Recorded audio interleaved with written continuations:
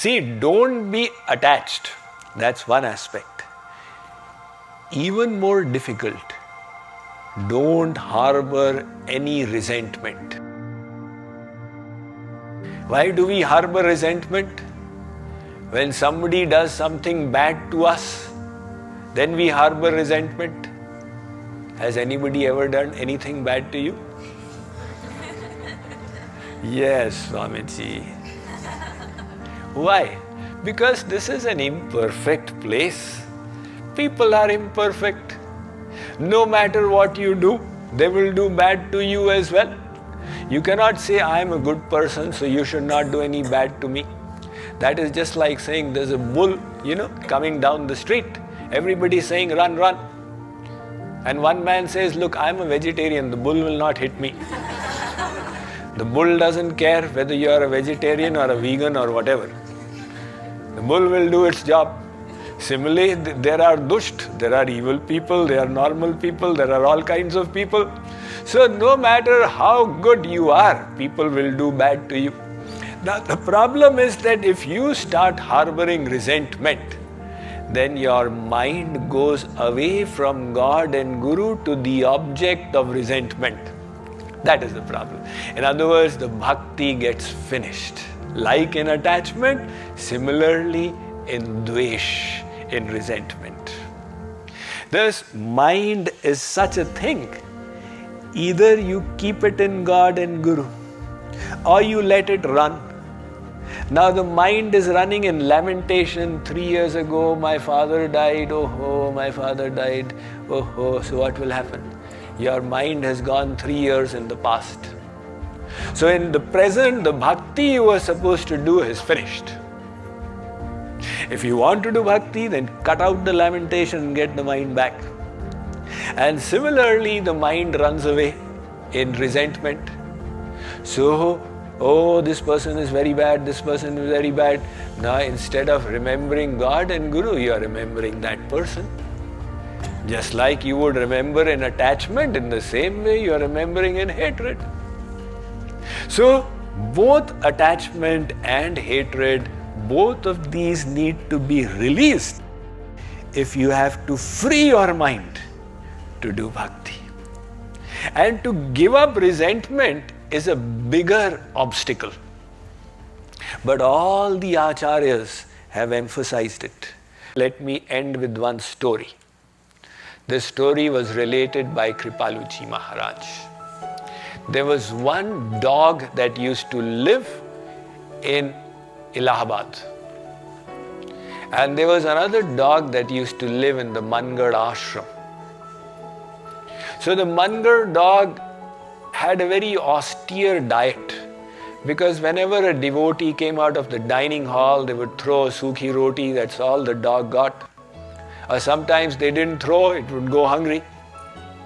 And the dog that came from Allahabad said that, why are you in this chakkar of Mangad?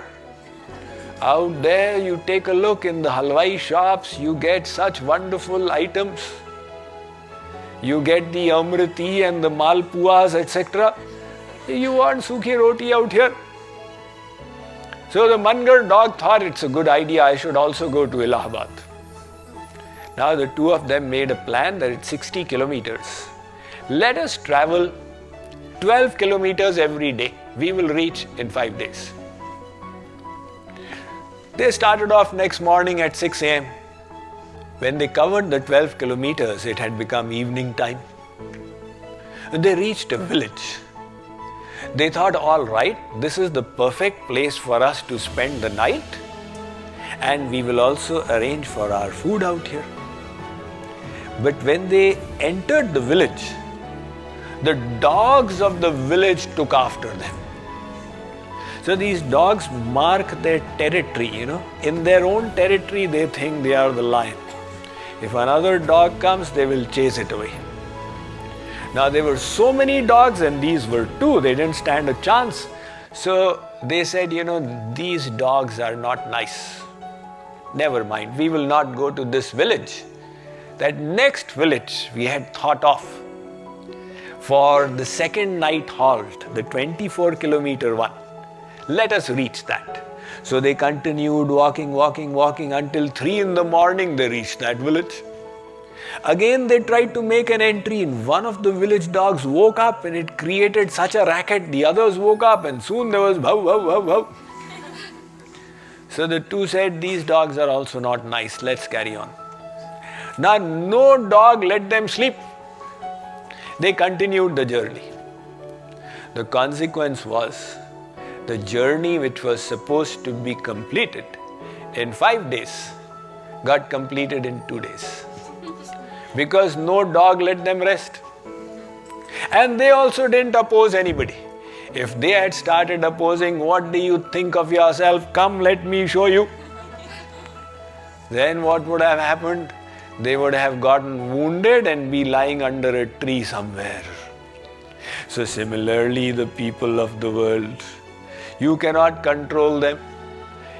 So why spoil the mind because of others?